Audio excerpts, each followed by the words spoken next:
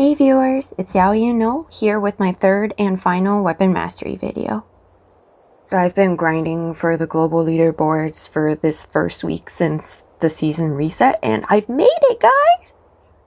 Honestly, I'm happy even if it's just being on there for a week. I was able to make it to 75th globally and I had played for like about 4 hours on average each day since the season reset. With that being said, I'm going to share a few things that I've learned along the way that will hopefully help you too. COD has changed how things work, so now if your weapon's at 5,000 points or more, you do need to be legendary. I know, it sucks. Alrighty, with that being said, let's go ahead and get started with these tips. Oh yes, real quick before I forget, you guys remember how I was making a spreadsheet and everything? So this is the spreadsheet for this current season. And here you can see every single game that I've played with using my QXR. And here you can see all the points that I've gained and lost. And this is just proof that if you follow my tips, it should really help you in progressing up on the leaderboards because it's really helped me. I've honestly just been playing it safe and just trying to make sure that if I play a game with my weapon that I'll get points for it. But yeah, let's get into it. So tip number 1, protect your leaderboard weapon. Remember how I always say be smart with your loadout? I mean it. I've broken it down to 2 methods. Now method 1 is what I prefer. The reason I prefer this method is because it protects me from losing points on my weapon. So what I've been doing is I'll start the game with another weapon such as my Fennec and see how the game goes. You know, if I feel like my team's going to win, I'll switch to my QXR. And if I feel like my team's going to lose, then I'll just keep it until the end of the game. Good shit, good game. Or you could go with method number 2. This is where you would start with your leaderboard weapon, and if you notice your team's losing, that's when you would switch out to another weapon. So I would recommend this method for people that are usually MVP or second on their team.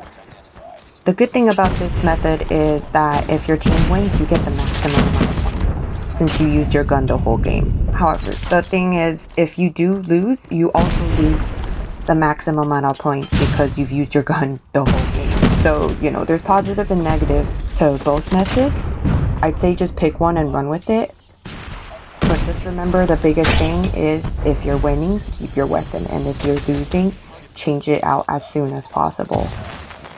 I personally just prefer method number 1 because I'd rather slowly but surely gain points than to take a risk and, lose 15 points in a game that I thought I was going to win in. Obviously, this is all dependent on your playstyle and which weapon you're using, so just choose wisely. I know I've said it once and I'll say it again. If your team's winning, that's great. Keep your weapon. If your team is losing, the sooner you switch out of your leaderboard weapon, the better it is. I know with some ranked games it could get real close and it's hard to see who's going to win or lose, but in my opinion, just try your best to gauge it and determine what to do with your leaderboard weapon.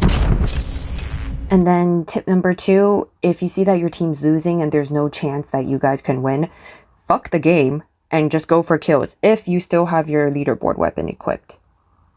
And then tip number 3, I highly recommend grinding for your leaderboard weapon in Battle Royale, either solo or duo.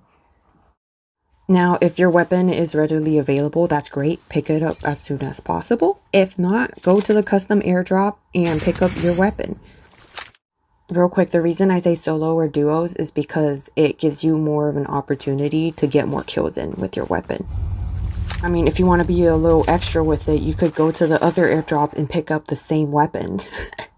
Obviously, that does not mean you get double XP, but what this guarantees is that any kills that I get is with the QXR, which means more points. The sooner you get your weapon, the better, because that contributes to the amount of points you get. You know, the time that you're using the weapon.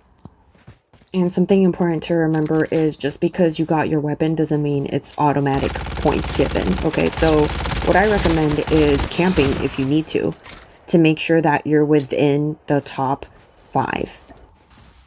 Now, I know some people might prefer ranked MP over BR, but honestly, if it gets the job done, just do it. If your main purpose is just to grind for the leaderboards, then I would really recommend doing it this way because it's worked for me. And real quick, obviously this is dependent on what weapon you're using. For me, I have to get my weapon from the airdrop. And with that being said, I usually earn about 8 to 18 points per BR game played. I admit it's not the most exciting thing ever, but hey, I mean, I'm getting points for my weapon. Just remember to try your best to get in the top 3 ideally, but if not, then top 5 works also. Sheesh! And then my final tip number 4, play Alcatraz whenever it's available, guys. It's a fast-paced ranked BR games that gets you rank XP as well as weapon XP. If your weapon's not readily available for pickup, with the custom weapon drop, by the time you can get that weapon from the drop, it guarantees that you're already close enough to the end of the game, which means you're kind of guaranteed to get points. Now, do remember, you need at least 1 kill with your gun to get points, okay? If you just pick up your gun and you die, you're not going to get points for it. I'm sorry. And another thing to remember is that you do need to be within top 3, ideally, for Alcatraz. In the case that you had picked up your weapon and an enemy killed you, upon redeployment, just go ahead and pick up your weapon from another custom airdrop and make sure you get a kill in with it. Now, Alcatraz doesn't give you a lot of points. It gives me like anywhere from 1 to 5 points on average, which I know it isn't much, but when the leaderboards are extremely tight in placement, any points that you can get matters, and Alcatraz is a fast and quick way to grind on it. And if you get a full squad of friends, you can have fun while doing it too. But yeah, thank you guys for taking your time to watch this video. I think if you just follow with my tips and just put in, you know, that time and dedication, you'll be able to maintain your place on the leaderboards. I'll catch you guys later.